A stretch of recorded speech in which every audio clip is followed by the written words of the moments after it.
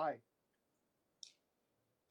Oh, thank you very much. Welcome everyone to the General Council meeting for April the 8th, 2025. We just have this evening, we will just be having our open session. And also, just to start off, I'd just like to make note that the Chief Sherry Lynn Hill is not feeling well this evening and is not able to chair. So the council has graciously nominated me to be chair, and I thank them for that. I would like to start right off the bat with our attendance and our attendance roll call, starting again with Carrie.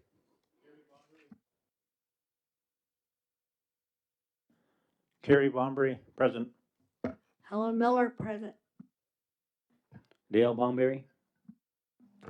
Dean Hill. Greg Fraser. Hazel Johnson. Melba Thomas. Elena Venevri. Cynthia Jameson. And online, we don't see anyone else online. I would like to start with an identification of any media. I do not see any media online, so we would like to move right on to a community acknowledgements. Before we start, I'd like to just give a moment of silence to let us take a moment to pay our respects to those that we have recently lost.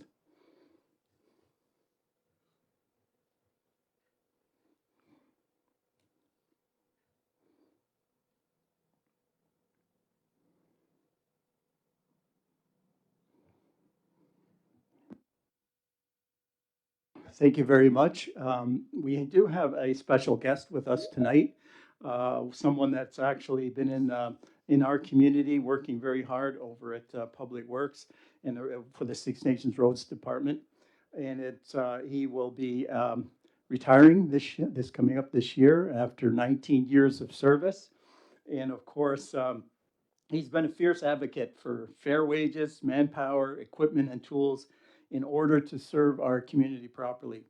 He's always been incredibly dedicated to his profession, often logging long hours at all times of the day and night, even on weekends. And he's taken pride in keeping his shop clean and organized. And Kevin Salt, I'd like to have you to come forward, and I'd like to present a plaque for you for all your fearless road grading work. And of course, we've had a lot of flooding this year, and someone like him is always a very well needed position in our community. So on behalf of Six Nations Council, the Chief Sherry Lynn, she couldn't be here today, as well as the community, we really like to give you thanks and hope you all the best in the future. So thank you very much.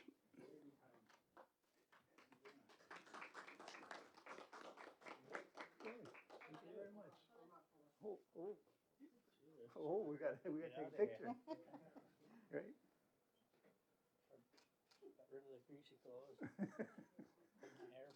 And for all that diligent work at the Glebe. You're too young to retire. Great. Thanks again. Shake everybody's hand. Yeah.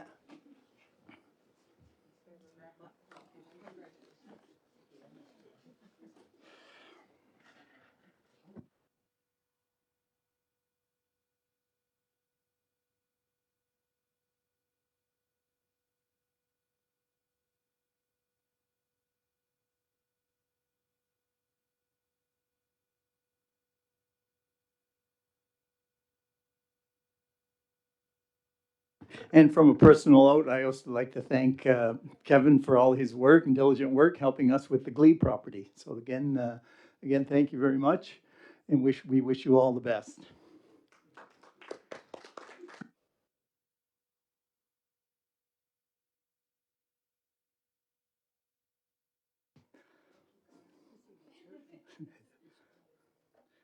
Now we'd like to move on to item number 4 on our agenda for the adoption of agenda for tonight.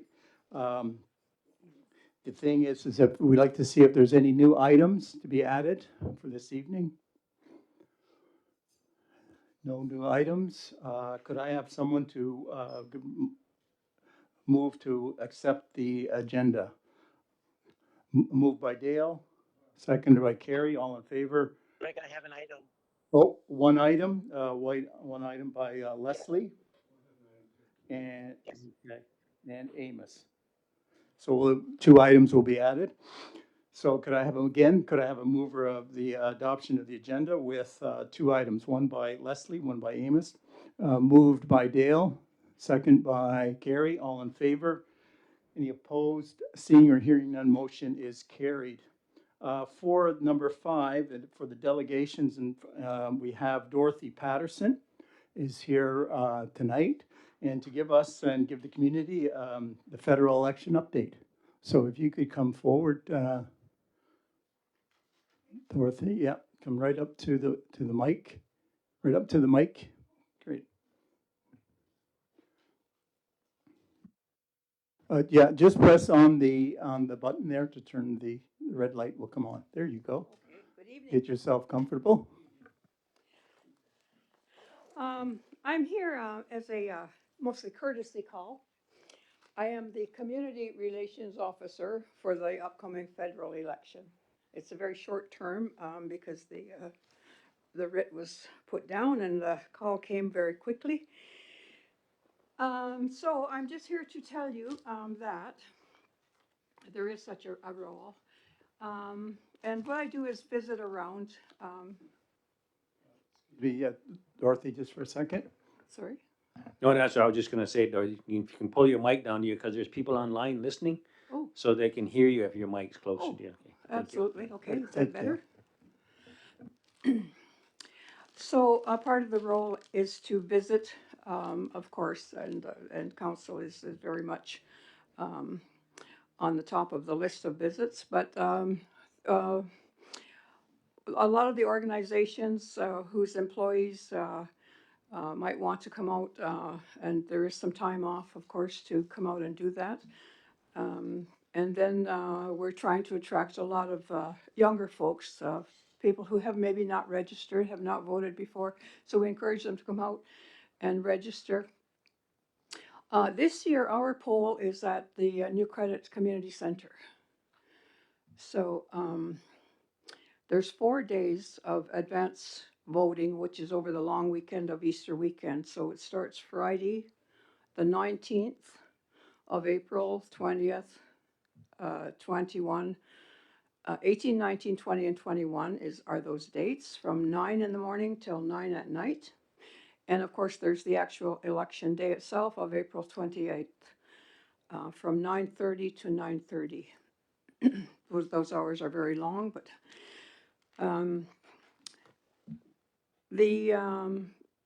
any of you that may be away, some people have vacation or they won't be here to vote. There are advance days where you can vote now at any elections office, anywhere. In our closest case, it's Brantford at the old City Hall, 100 Wellington Street, every day, 7 days a week. So if you want to vote ahead of time or you don't plan to be here for that particular time of advance poll or the actual voting day, that's open to you as well.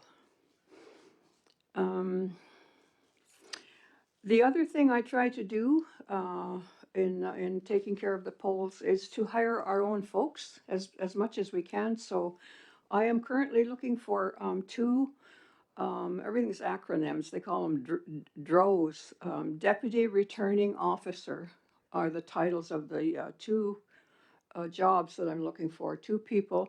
The training is excellent. It is done in Brantford at the head office. Excellent training. You do get paid for taking that training. You get paid for driving to take the training, and you get paid, of course, for working the day. So I need 2 people for those positions, Deputy Returning Officer, and I want a youth. The Aboriginal community's always I don't know whether it's 2016 or 2019, in terms of reconciliation mostly, they allow us to have an elder and a youth for the advance and the election day itself. So that's really good. and they just have to be present. Of course, in remote communities, they would need to interpret and encourage people to understand what they're signing for when they put their signature on a ballot. So that's about the gist of. I brought information, of course, and I brought pens. So that's our giveaway. And Dorothy, is there a number they can call the workers to see if you They saying can you're call me. and they can call you? Yes. Is there a phone number? Yes, absolutely. 519-445-4204. And the reason to call me is so that I work very closely with the recruiting officer in the head office in Brantford, of course. So like I say, we try to fill our own positions. And I encourage people to register right away, apply for a job. Everything is on Elections Canada. If you just open that site, anything and everything you'd want to know about the election, past elections, polls, you know, what they're looking like, who voted, what the results were, anything you want to know is there fully. So I didn't make slides. I was going to, and then I took a look at the materials. Of course, I have been doing that all along, but I looked closely at elections, and I thought, you know what? You just need to open your phones or your iPads or something. It's all there, everything. Yes, absolutely. Well, thank you very much. Is there any questions for Dorothy? Go ahead, Dale. Dorothy, I was just wondering if they keep stats in relation to community members voting. Do they do that for Six Nations or? They do in terms of postal code. Oh, is that okay? Yeah, if you've voted before and you're registered, you come to us, just like our band membership list. We get a list of all our residents here who have voted before, and they have what they call a sequence number. So that if you return again to this election, we just simply look at the list, we cross your name off, just like we do our band membership list. We give you the ballot, you go and vote, we come back and we check off voted and write the sequence number down in your name. So yes, in terms of postal code, they don't particularly keep your name, you know, personally or anything, but when the list comes to us for all those who have voted previously, you are on that list probably. Go ahead, Dale. Yeah, no, I was just wondering if they have a number to say like 300 people from Six Nations voted or 500 people or 100 people. I was wondering if they keep numbers Yes. like that. Yes, but the count is quick, and at the end of election night, so it's not necessarily the most accurate. But yeah, we have numbers. We keep them every day for the advance poll. We know at the end of every day how many people came in the door and voted. Mm-hmm. Go ahead, Helen. If I remember correctly, I think last year they said there was 1,200.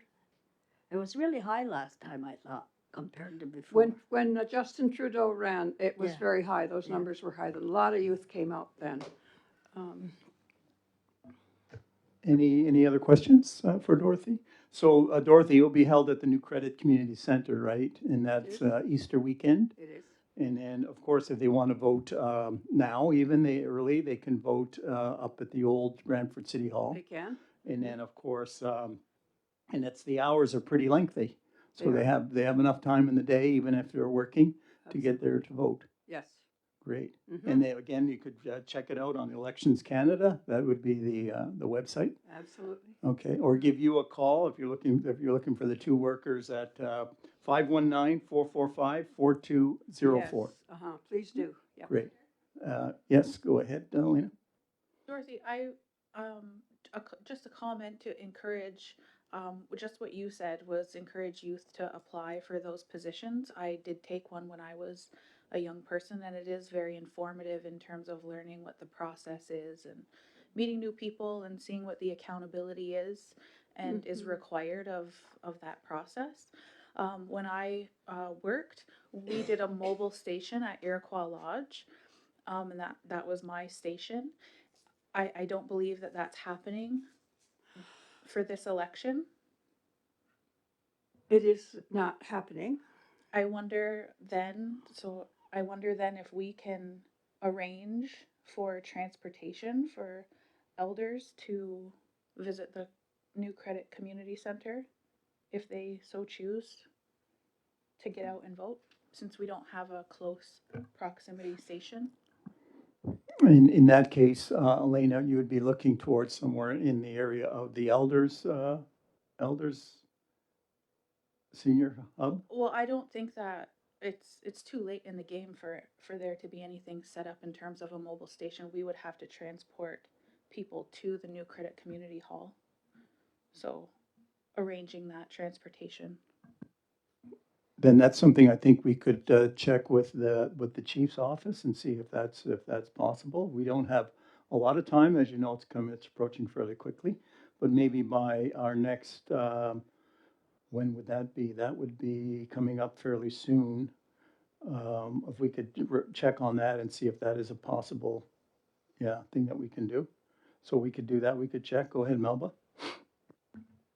Yeah, we certainly have Kaylin Walsh, who is the manager of the Elders Hub now, and she has mentioned that they are going to be taking care of elders' various needs. And as Elena said, this is a need because it's now no longer in place, and they have the right to vote if they certainly wish to. Thank you. Okay. Yeah, we could also check on that, Elena, and then we could make announcement as well through our comms team. And then I know there's the Friday too, the Friday radio announcement. Maybe by then we could find out if that's, yeah, how we could do that. Okay, great. That'd be great. Thank you. Thank you, and thank you very much for all your work. You've been doing this a while, and we really do appreciate that, so thank you. You are welcome. Okay. So could I have a mover to accept Dorothy's federal election update for the community? A move by Melba, second by Elena, all in favor? Any opposed, seeing or fearing none? Motion is carried. Oh, great. Yeah, we like pens.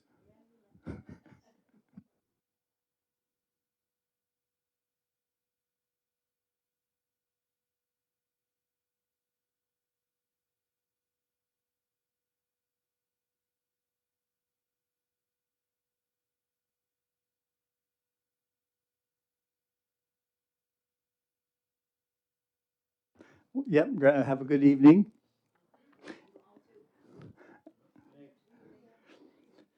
And moving on to number 6, looking at the adoption of the General Council minutes of March 25th, 2025.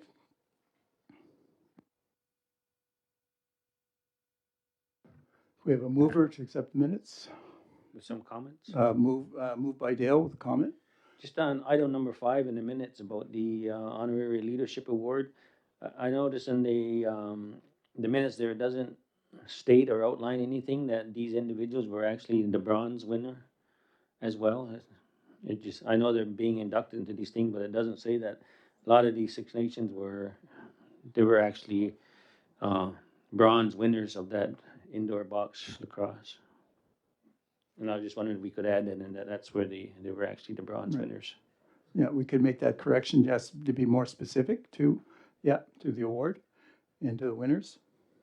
Is that okay, Brooke? You can make note of that. Great, thank you very much. Thanks, Dale. So we moved by Dale.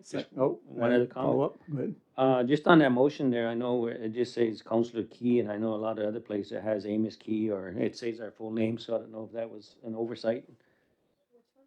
It'd be on page 3 there, it says, Councillor Key put a motion to the floor to declare on April 19th Helena Logan Day for the duration of the 59 elected council term as follows. So I don't know if you just, yeah, so you're just missing his first name. Well, yeah, well, great. Thanks for those corrections. Anything further? No, that's all I had. Great. I'm looking for a seconder to accept the General Council minutes of March 25th. Second by Carrie. All in favor? Any opposed? Seeing or hearing none, motion is carried. The chief's updates, moving on to number 7, the chief wanted to give her the updates to the community herself. She will postpone that until the next meeting. So we will defer number 7, the chief's updates. One of the other things too is I did have the opportunity to see the new Go Bus, and it made a stop there at Oneida Business Park, and it was actually a bus transfer. So there were 2 buses there, and actually we did have some riders get off and be picked up. So it's looking very positive. I'm actually looking forward to getting on the bus and see if I can make the ride from all the way from Brantford, all the way across to Highway 6. And it looks like it's hopefully it's going to be something that's a good service for our community. It's a learning curve. People will have to check on the website for actually the bus. And we're looking for yeah, anyone that's wants to go for a ride on the Go Bus, it's available. Helen? Yeah, just to mention, I've got a couple calls from people concerned about safety, standing along the road. Because the road along isn't that big, if you realize it's got several stops they're gonna make, and they're all gonna be standing along the road. They wondered if council was gonna make some kind of, I don't know what you call it, The bus shelter. yeah, bus shelter. Yeah. Well, that's something now, it's in the process of being a pilot Yeah. project, and we can see how the ridership goes. Yeah, that's something that can be done in the future. And I think, yeah, that may be an idea, especially if once these stops get solidified, people get used to them, and I think that'd be a good idea. Sure. Melba? Same thing as Helen, couple concerns. I wasn't there at the presentation in the community, but does the bus stop at the elders unit, the 55 unit? Because the lady said, how am I going to get over there? And she said the closest she thought was over at the arena community hall area. So how is that uh, taking place to accommodate elders? Because as I know, right now, the stops have been determined and they're fairly fixed. I think that we could maybe make a call out again, similar to elections or rides to the elections, that maybe sometime we could look into that, Melba. We could look into see how we can get a ride from the lodge to the bus stop. Yeah, the 55 unit. Oh, the 55 unit as well. So somewhere that we could have a stop somewhere in that area. Yes, So there like would at the be, plaza or whatever. yeah, maybe something a little bit central. Yeah. Yes, thank you. Great, thank you. Okay, anything further? Dale? I guess my question deals with communication and information, so I don't know, I know Teresa's here, I don't know, so if there's a site where people can get more information to go online at the schedules and times at different stops and locations, just for communities' information who may want to get to these certain locations. So I don't know if there's a website or someplace where they can look at to see what time it's gonna stop at what location. Yeah, go ahead. Yeah, come on up, Teresa. We have Teresa here that has been spearheading the project. So right now, and this will be on the radio show, plus it will go into the newsletter that's going to go out.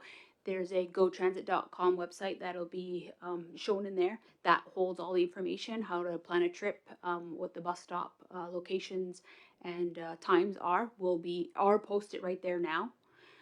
We also have printouts, hard copies available at Public Works reception, as well as admin reception here, that community members can come in and pick those up if they're not really accustomed to the online situation. Great, yeah. So thank you very much. Thank you. Moving right along now to item number 8. We're going to skip number 7 from the chief's update. She's not feeling well, and she will provide that when she is back in council. Number 8 is a council meeting voting discussion. And of course, the floor is yours, Dean. Thank you, Chair. So I wanted to bring this topic to the table, and I'm going to be putting a motion on the floor regarding this too. But I feel that as elected officials, we need to be more transparent in the decisions we make. Also for historical purposes, any future councillor who sits in our spot should be able to look back into the motions and see what the thought process was for the time of that council decision, And since, we are making our decisions in the best interest of the community as a whole, I mean, those reasons and decisions should be tracked as well. So what I'm going to put on the floor as a motion is that council will always have a name recorded vote if there are any oppositions or abstentions to a vote in the open or in-camera full council meetings. Also, for each opposition or abstention, we will have a recorded reason for their vote and decision on the respective motion. So this will only ensure that we are accountable for the decisions we make, as community leaders. Future councils will be able to look back and see and understand the thought process of the councilors of the day and either continue on the legacy that has been laid down in our motions and our decisions or choose not to.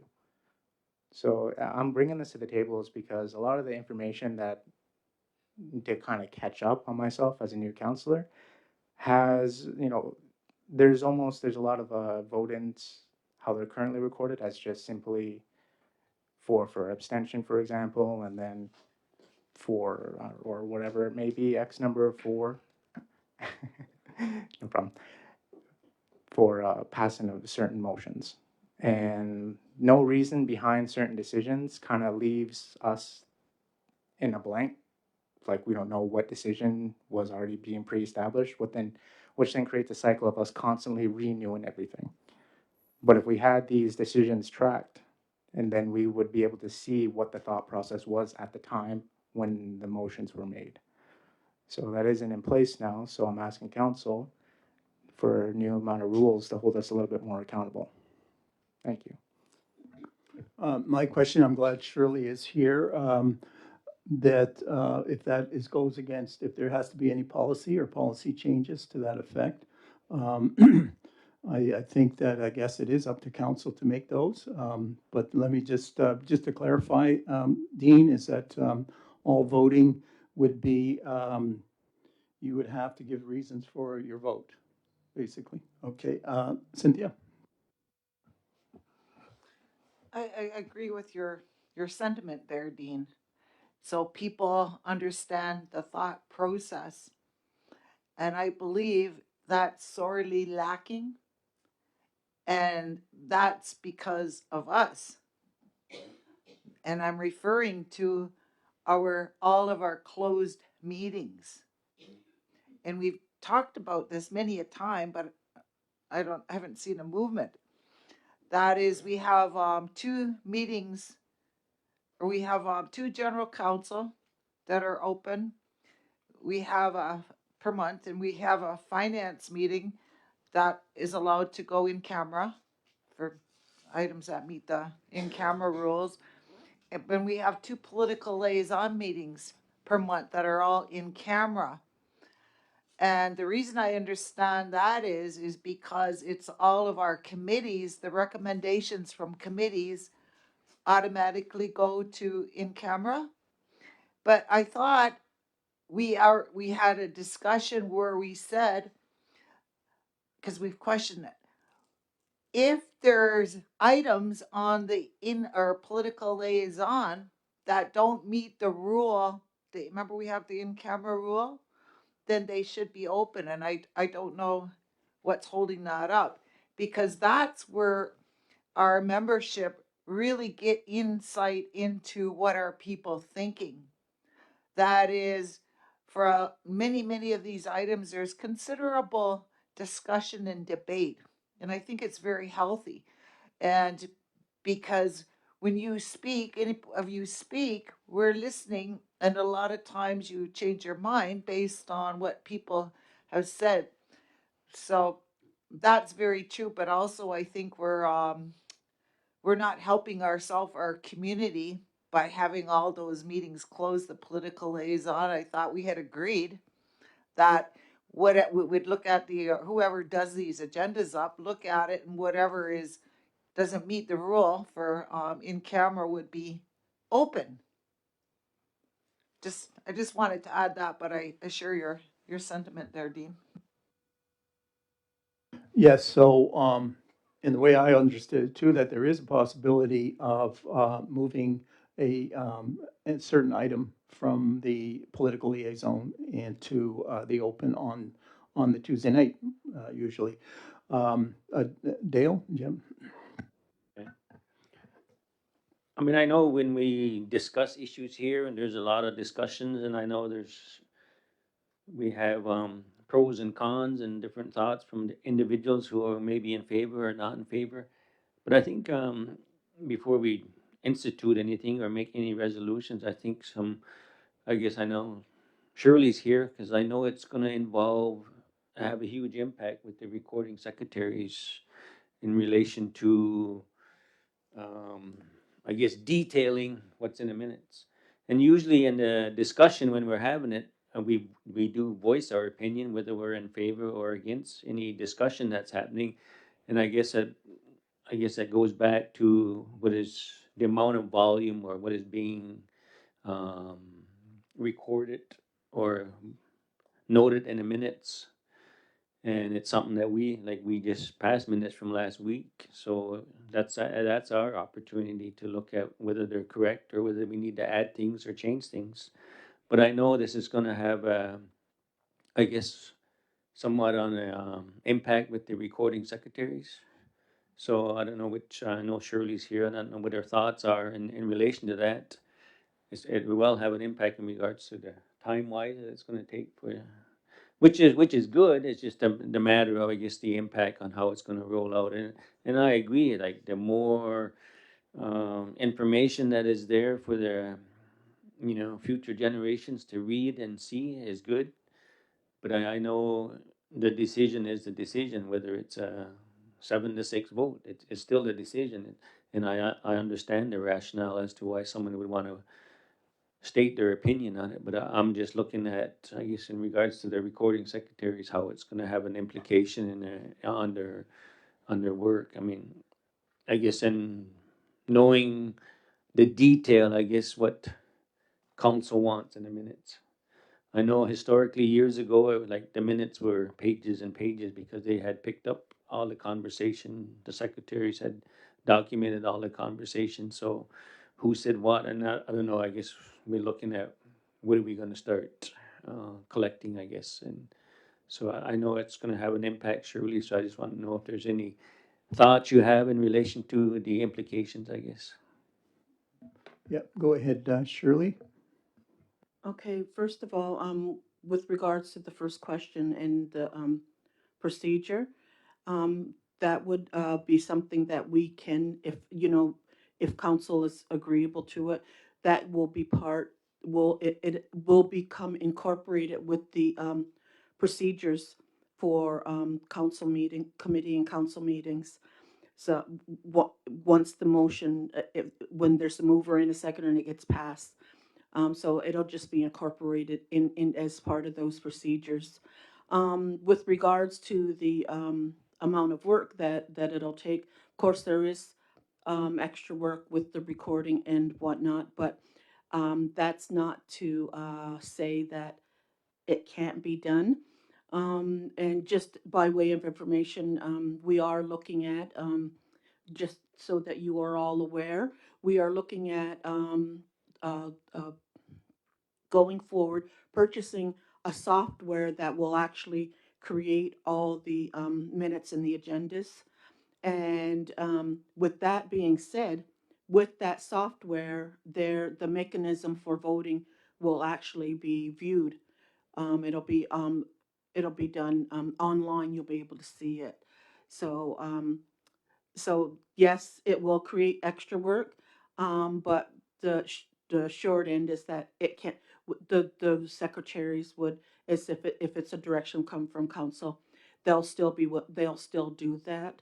But historically, with regards to what Dean is um, recommending, is if there's not a reason for what the decision was made, normally the content of the for or opposed, um, sometimes there has been in the past where the council has been councilors have said, well, they do want to make it known, and they'll ask for a recorded vote. When that recorded vote is made, that automatically triggers the secretary to make sure that the names are down of each one that's for or against. And if the counselor so wishes, and I believe it's happened in this term, where they'll actually give their reason for why they were opposed to it. So it's not something that can't be done, and it's not something that we haven't done. It's just that it's not a common practice for all the meetings. So is there a possibility that we could make it when someone votes in a negative way or no, that they provide a reason? Do we need to have a motion for that? Go ahead, Elena. Oh, sorry, Hazel and then Elena, sorry. I think we've talked about this situation many times now, and I had put forth a recommendation. Well, we didn't, it was not recorded, but I see us getting a communications person in these meetings who can write and send it out to the papers after each meeting. They can give that background to the discussion as much as is needed, and it would eliminate instances where some things were interpreted wrongly. I think like to put more of this work on the secretaries is getting too much. Like, we don't want to wear them out because it's a heck of a job being a secretary. The detail that you have to attend to, if you've never worked in that capacity, it's not an easy task. So I see us getting a communication person in here to write for the paper. There's good writers out there. I think that would help us, it would help our secretaries, and it would help the community to get the information that they're looking for. And it wouldn't be loading somebody down. We need to be we need to learn from our experiences that we've had in the last couple of years where we've had people in high positions who left for reasons stating that it was affecting their health. We don't want to burn anybody out, but we do want good work. So we have to have reasoning too. And that's my solution. I see it working, but I'm suggesting that. Thanks. Elena? I agree with Dean's sentiment, as Cynthia said, and also with Hazel's idea. And if this were a sporting event, I think the equivalent would be a color commentator grabbing the highlights of what's happening in the meeting and creating a story out of it so that it's easy to digest and interesting for community members to read. So I don't think that's a bad idea at all, and I think we should explore that more. And I think what Dean's after, as he said, is the accountability aspect of it. And I don't know, Greg, if just suggesting to the table that we provide the rationale voluntarily is enough, because we've sat in meetings where people have blatantly said, I don't have to tell you why I'm voting no. And I don't believe at this table, all of us having been elected by the community and asking for their support publicly, do we have the right to say, I'm not telling you why I'm voting a certain way in a public meeting? It's not your opinion. You are supposed to be bringing the opinions of your constituents, and that is our band membership, to this table. So if you are not comfortable sharing why you're voting a certain way, does that mean that that is your personal opinion and your personal agenda? So I think that's what we're trying to get away from, is having people say that that's what we're doing. So I'm totally for that, and I've done it here with a couple motions asked for a recorded vote, and I'm always willing to share why I'm voting a certain way. Thank you. Great. Thanks. Leslie? Thank you, Greg, and thank you, Dean, for bringing that to the table. I really appreciate that, because I think about how sometimes it seems like such a good thing, and then when there's an opposition, the opposing one doesn't really get an opportunity to show their thoughtfulness or their mindfulness towards community, because everybody sitting at this table is thoughtful and mindful of community.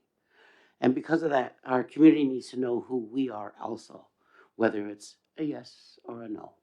And that stating a no, if it has any implications like negative or any, not just implications, but if it presents a hindrance to our community members, I believe that we need to be able to have that recorded as well.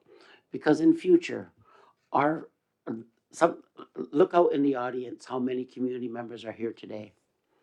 And because they're not here, this is where they get to see us and view us and understand who we are and what we're speaking about. And I think everything is valid. I think everything we say needs to be brought forward to our community. Okay. Great. Thank you. So, Helen? Yeah, I agree. I agree with what all I'm hearing. I agree with Cynthia, um, highlighting all the closed meetings we have. Of course, you know, I'm always opposed to closed meetings, because I firmly believe that people have a right to know what we're doing, and as opposed to just letting people know why we voted no, I think we need to be letting people know the decisions we're making in closed meetings, and we can do that. We can tell people the decisions we're making in a closed meeting, but we don't.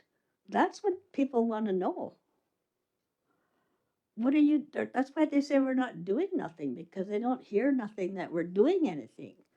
Because we keep everything closed in the meeting. You can't tell nobody nothing. God forbid if I tell somebody something, I'm a horrible person at this table if I released something that I wasn't supposed to release. I mean, I've been going through that for 20 years, so I agree. And I think we should all have the names on the thing. Years ago, they had the names there. They had who voted yeah and who voted no. And that back in the day, of course, that's when they used to put all of the minutes in the teca. Well, they don't do that no more, I guess, because it costs too much money. But it would have how many, who voted no and who voted yeah, and it had the names on there. And then people could say to you, how come you didn't vote for that? Like, why did you vote no? And I think that's a good idea, and we should do that. But I also think we have to come up with a process to start releasing our decisions to the community. The stuff that we're releasing to the community from a closed meeting is nothing. It's not even anything important, really. We're leaving all the important stuff in a closed meeting. And we can't be doing that. We got to start telling people what we're doing. I feel terrible sitting here because people think I'm not doing anything. And I think all of you guys probably do too, because you hear it from people that we're not doing nothing. That's because they don't know what we're doing. And I agree with Hazel. The communication person should be in every one of our meetings. And they can write stuff without revealing anything confidential. You can do that. You can write the decision we made, and you can write a bit of the background. But you can do that without telling things that we shouldn't be telling. So I really think we need to do a whole lot of changing. And I don't know what Teresa's role is, but I'm hoping that she can bring about some changes in what is it, communications?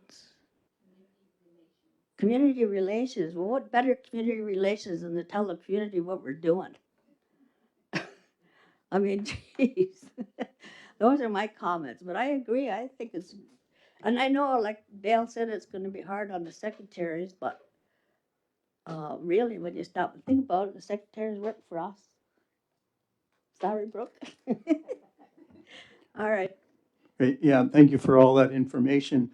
We're a little bit handcuffed in a way that, we're missing a CEO, we're missing a comms director, and we're also missing a communications person that works in the comms department that used to be attending the council meetings.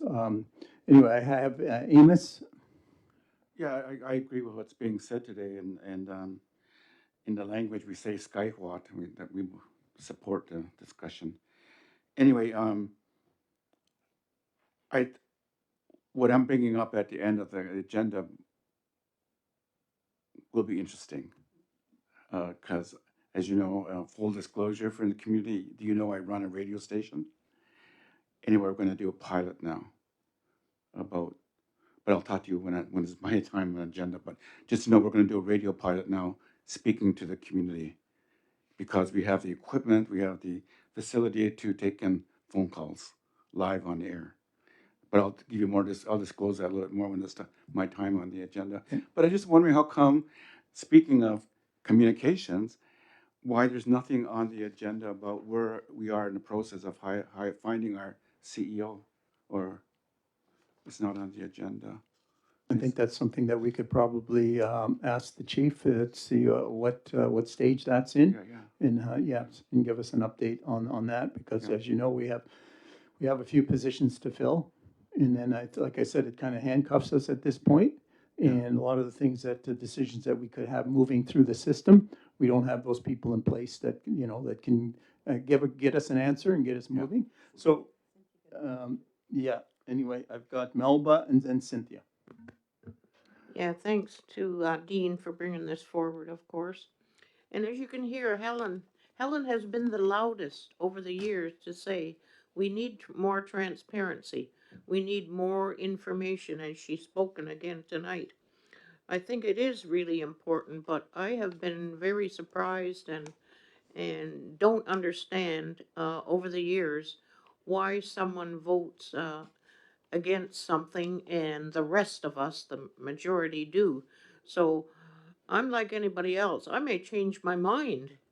What's the reasoning that you go against a certain voting decision of council? So I really think this is an important thing for the community, and hopefully we can move forward and make things better for the community to understand our decisions and the areas that we're certainly involved in for their benefit, supposedly. I also wanted to say, with the radio station, it's mentioned that, people are online tonight. The majority of this community is not online. I do not believe it. They're busy people. They do not sometimes make it a priority because they have their own lives to live too. They have responsibilities to their family and themselves. So I think we should do more on the radio when it comes to our meetings that we have to inform the community what exactly the decisions we made. And I think that's a great idea with the communication person again. We need that. We really do need that. It can be very accurate when it comes. It's not a variety of opinions that we as counselors have. So I think they would do really well. So if we can look into adding it to the radio station at a time that's I guess available. Thanks. Yeah, thank you, Melba. Cynthia? To somewhat answer Amos's question, there was a screening today for the CEO position, and what takes so long is because council had named a couple of the members of council to be on the screening, and then that means those two folks plus the chief plus the community member have to be available. So there's not only the council meetings, but there's all the council committee meetings, or people, one of the named councilors might be away on council business, that sort of thing. So it took, I think it was 2 weeks to be able to schedule everybody for today. So hopefully we're a little more quickly able to all assemble for the interview part. Well, thank you for that update. I'd like to move back to Dean's motion. Just to be clear, the motion would concern or read that all the votes would be recorded, and then the reasons for voting would be actually recorded as well. Okay. So, Carrie? So for the question I have is, you have to give a reason If you vote in the negative, you have to give a reason if you're abstaining. And so I guess you should be given a reason why you're voting yes then.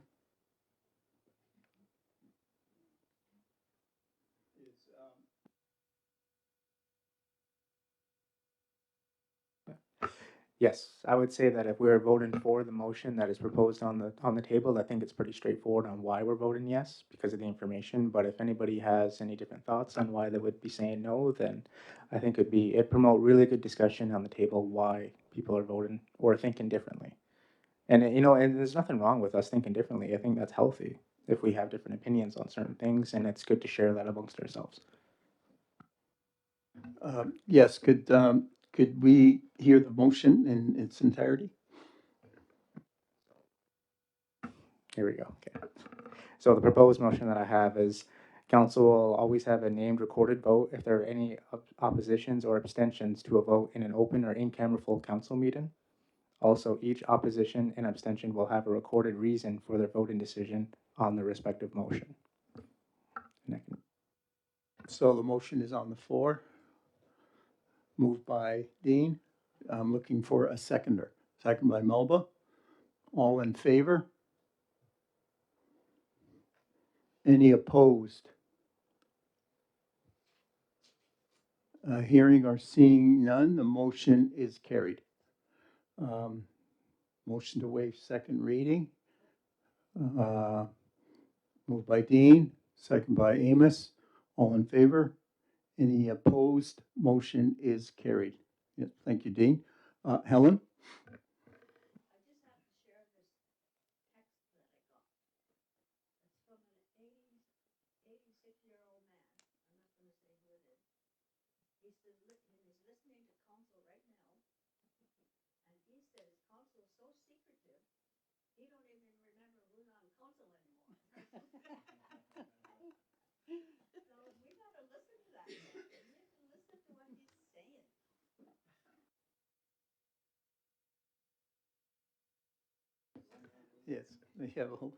Yes. Well, thank you for that, Helen. Yeah, so we have to make ourselves better known. Sometimes too, it's also getting out into the community as well. So, yeah, okay. And then, so now that motion is carried. We're going to be moving on now to the update from the week of March 24th. Oh, sorry, Leslie. For the gentleman that's listening, could we introduce ourselves tonight? Sure. For the gentleman that's listening, does everyone want to? Leslie brought up the fact that maybe we should introduce ourselves.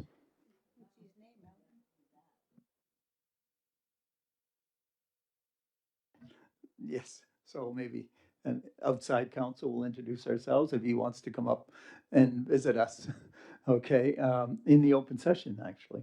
So moving right along to number 9, the update from the week of March 24th, the committee meetings. We have one, the well-being. Any updates, Amos?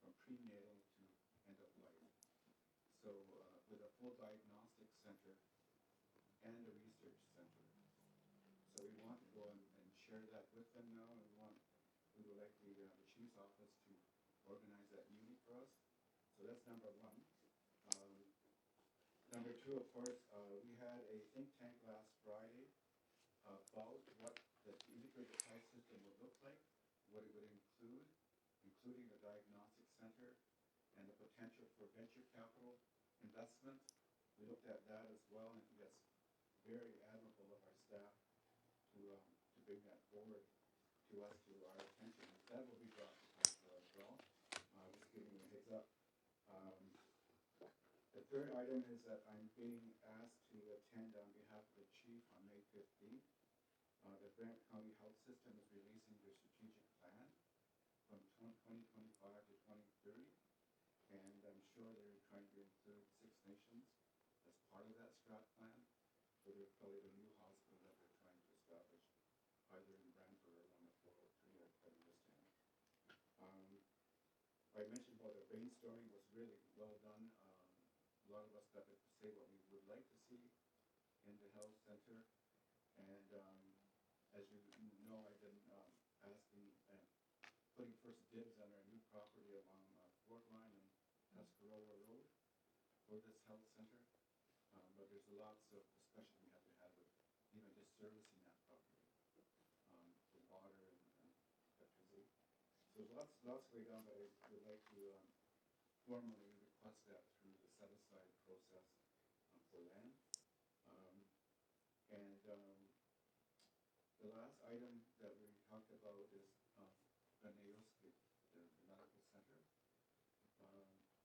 It seems that this is now supporting us in our request, our demand, maybe our demand for our health sovereignty, that they are responsible for that retrofit of that building or building is a new one.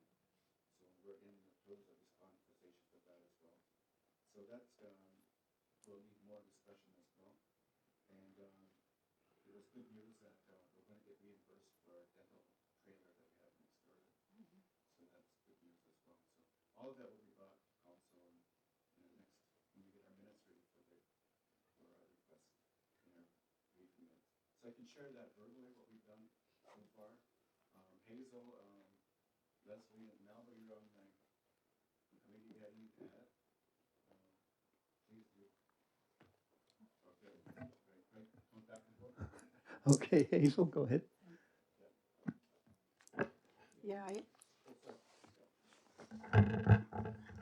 Yeah, I found that meeting on Friday, it felt exciting with what we're aiming to do. And I think, and I hope and pray that everything goes right for that, because everything about it will be for the benefit of our community, where they'll have a Cadillac health operation for this reserve. I think we've gone too long having to just take whatever we've been given, but now people are moving beyond that point, and things are really looking up. So I guess as we move along, things will be disclosed. There's a lot of things we have to discuss, but please know that we're working hard to get that for the community. Thanks. And I just wanted to add to that, looking at the integrated health system, our staff have been doing a lot of research on that, what it would look like. We're already establishing 4 hubs with all our clinicians that we need there. And we now have a 5th hub, which is with our new doctor, Salt. And it's going to be a mobile system that can visit our seniors and those who can't make it to a facility. We're excited about that. We're going to give them a mobile unit, and he's excited about it as well. So I can imagine how that's going to roll out in the next year or next 6 months, maybe less, hopefully, as soon as we get the vehicle. But we're going to be able to do that, have a mobile health center that goes around to the seniors. So I'm excited about that. I think we're all excited about that from the well-being. I'd like to share that with the community tonight. So we're really happy with how we're moving forward with our own health sovereignty here at Grand River. Yeah, I think certainly it's a real important that I sit on health. Yeah, I look at health as overall, if you don't have your health, it's going to be very difficult in life. You're not going to be able to take care of your family as well. You can't get your education as well. There's many, many negative factors to having your health in place. And I think certainly this integrated system is going to make things much easier for our people to have it here in our community. When we talk about 50 acres, which Amos has mentioned, we have to look at 50 years. 50 years ahead of us. We're looking at the diseases that are here, such as measles now. It's one of the most contagious diseases. Stays in the air for 2 hours, it's on surfaces for 2 hours. So, very, very dangerous what we're dealing with, and it's important to have land that is designated to have that integrated system in place where our people will not have to travel as much as they are now. As you see, we're very busy with travel arrangements that we have. Our people are coming and going in various directions. So, if we council can look at that very, very serious of our health, and I'm sure you have because you have your families, yourself, and neighbors and relatives that are really suffering. We have deaths, as you know, recent deaths. We have that tonight where we recognize that we no longer have our people. So, all of those are factors that we have to consider in making things better in the health field for all of the community to actually take advantage of. So, let's look at that 50 acres for 50 years so we can move forward with benefits of health integrated system for our community. Thanks. Go ahead, Leslie. Hi, thanks. In with regards to health, a while back we had mentioned about the Circle of Reproductive Justice. In that, it's you can apply to the registry at reproductivejusticesurvivors.ca. This is really important because there was a federal mandate in 1980, and prior to that, throughout Canada, where sterilization took place of Indigenous people, First Nations, Métis, and Inuit. So when I speak to this, I know it's not an easy topic, but I want to say that a lot of times people go through hardships. Those could be economic hardships, social hardships, emotional hardships, breakups in family. And when they spoke to their doctor back then, rather than to say, you'll never have to go through that again, we have the answer. And the answer was sterilization. And being a young person, you may have said, yes. And then they may have said, oh, it can be reversed at any time. So you were giving not all the correct information, nor were you allotted uh, or said or told to maybe go get some help, go talk to somebody about what you're going through. So um, this registry at reproductivejusticesurvivors.ca, you would make application to that registry, and then after that they give you a ID number, and then there's funding available from 10,000 to 30,000 and up. So when I look around, I think about some of the people. Sometimes you don't want to say that's what happened to me, or my sister did that, or my brother did that, because it's both for male and females alike. It's a hard topic, and when they look at their families or who they have or don't have around them, sometimes it's because of a decision of coercion. Coercion where they didn't understand the implications, or that it would cost 10 to 20,000 to get something like that reversed.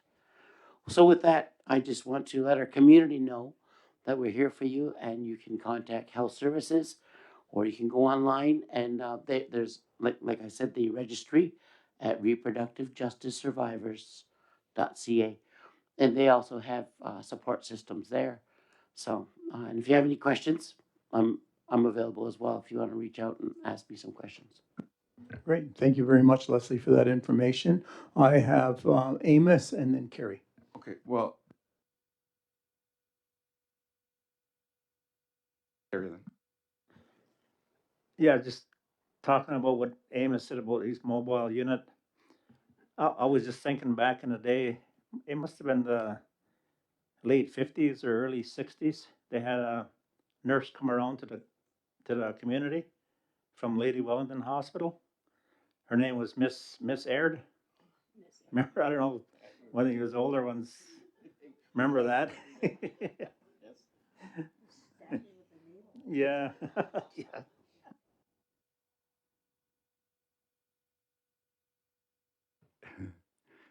Go ahead, go ahead, Okay, I Amos. just want to wrap up. I just want to commend our staff because, as you know, when I first got on council, I wanted to know the demographics of our community. And basically, when I took the chair of this, like, what is, this is tough love talking, but what is killing us, right? What is taking our lives? So they've been admirable and they've been digging and they've got us these statistics now that can give us a good barometer about where we're going to go in the next little while, the next generation, and what kinds of things we can start to arrest some of these diseases and ailments that we're suffering from now. And the one that was kind of startling was the expectancy rate. What's the life expectancy, male and female, in this community? And it's sad to know that for men, it's only 68 years, and women, it's 73. So come on, you guys, we got to get up there. We've got to get our numbers up. So, I mean, that's the kind of information we need to share with our community, right? To, we should all be living to 100. There's no reason. I mean, our old folks used to talk about our seniors that lived to 100 years old at one time. So we can get back to that. I mean, that's, I don't know if anybody wants to live to 100, but I would. But anyway, I think that's a kind of campaign we can give to the community, and they can take it and use with whatever they can about their own personal health, right? So anyway, that's why I wanted to end up with that and just commend our staff for gathering that data.